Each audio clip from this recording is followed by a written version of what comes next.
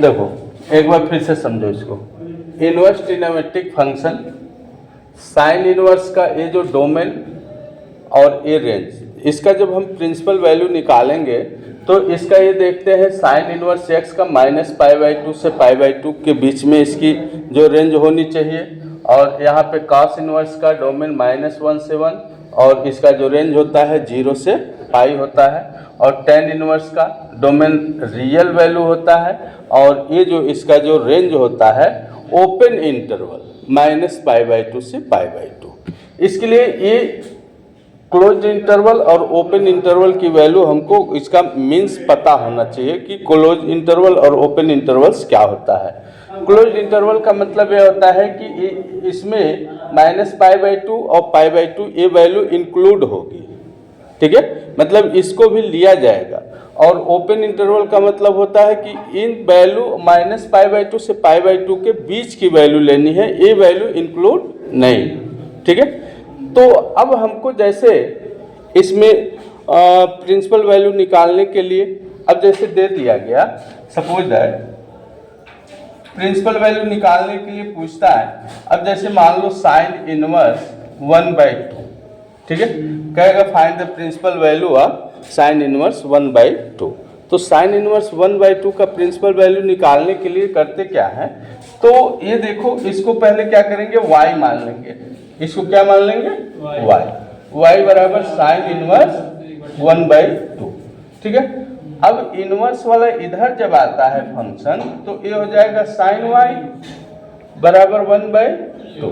अब साइन में कितने की वैल्यू 1/2 होती है बताओ, साइन का होता है 30 π/6, हाँ, तो यहाँ से y की वैल्यू क्या हो गई, π/6। इसका मतलब अब ये चीज चेक करना है कि ये जो π/6 है इसमें आ रहा है कि नहीं, इसमें जो है इसी के बीच की वैल्यू है, -π/2 से π/2 के बीच की वैल्यू है ना, तो इसका मतलब यह हो गया कि इसका जो प्रिंसिपल वैल्यू कितनी हो गई, π/6 हो जाएगी। समझ में आया, प्रिंसिपल वैल्यू इसकी क्या हो जाएगी, π/6। ऐसे ही cos इनवर्स √3/2 का देखो, cos इनवर्स √3/2। सेकेंड एग्जांपल देखते हैं,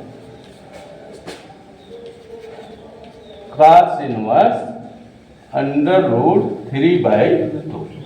तो जिस फंक्शन का भी जिसका भी हमको प्रिंसिपल वैल्यू निकालनी रहेगा तो उसको क्या सपोज करेंगे, y। तो इसको हम सपोज कर ले रहे हैं y = cos इनवर्स √3/2। ये cos इनवर्स इधर आएगा तो ये जो है cos y हो जाएगा, ठीक है, और ये क्या आ गया, √3/2। अब ये चेक करो कि cos कितने की वैल्यू √3/2 होते हैं, तो ये भी होता है क्या, तो इसकी जगह पे लिख सकते हो cos π/6, क्योंकि π/6 की वैल्यू होती है। अब यहां से इसका जो प्रिंसिपल वैल्यू क्या हो जाएगा, π/6, यानी ये जो प्रिंसिपल वैल्यू हो जाएगी इसका क्या, π/6। बात समझ में आ गया कि नहीं, हाँ?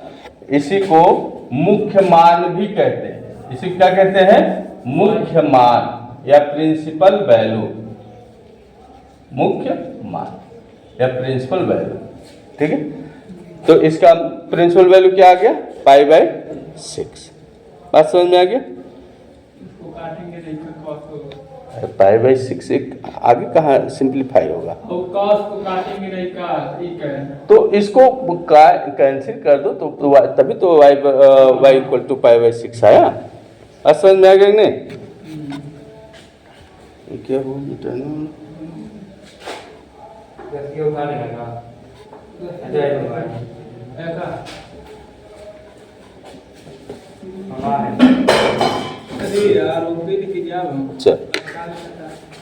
अच्छा ऐसे।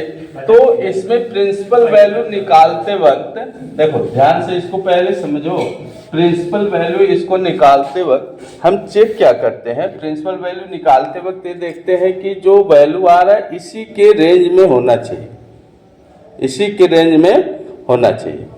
अब जैसे एक और सवाल देखते हैं, थर्ड वाला कि cos इनवर्स -1/2 का इसका निकाल। कॉस का होगा 60 हो जाएगा। प्रिंसिपल वैल्यू जो है cos इनवर्स -1/2 को। अब यहाँ पे तुमको पता है cos इनवर्स, तो इसको y मान लो। हाँ, y बराबर क्या हो गया? cos inverse -1/2।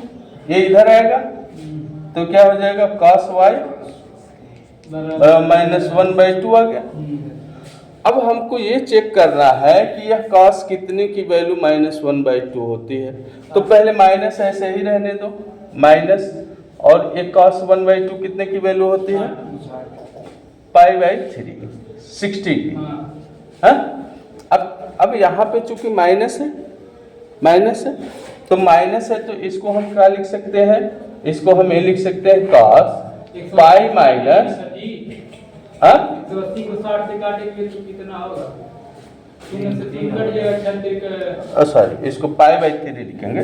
सॉरी, π/60 है ना, ठीक। तो अब यहाँ पे देखो, अब cos y और इसको सॉल्व करो, 3π माइनस पाई, ये कितना आ गया? 2π cos 2π/3, यानी इसकी जो प्रिंसिपल वैल्यू आ गई, क्या हो गई? 2π/3। ये इसकी प्रिंसिपल। एक चीज ये चेक कर लेना है। अब देखो cos का रेंज होता है क्या है? 0 से पाई।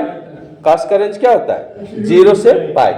तो अब ये चेक कर लेना है 0 से पाई के बीच में वैल्यू है, तभी ये इसका जो प्रिंसिपल वैल्यू होगा। यहाँ पे देखो, यहाँ मैं सॉल्व कर दे रहा हूँ। एक cos 2π/3 आ गया, यानी y की वैल्यू आ गई क्या? 2π/3।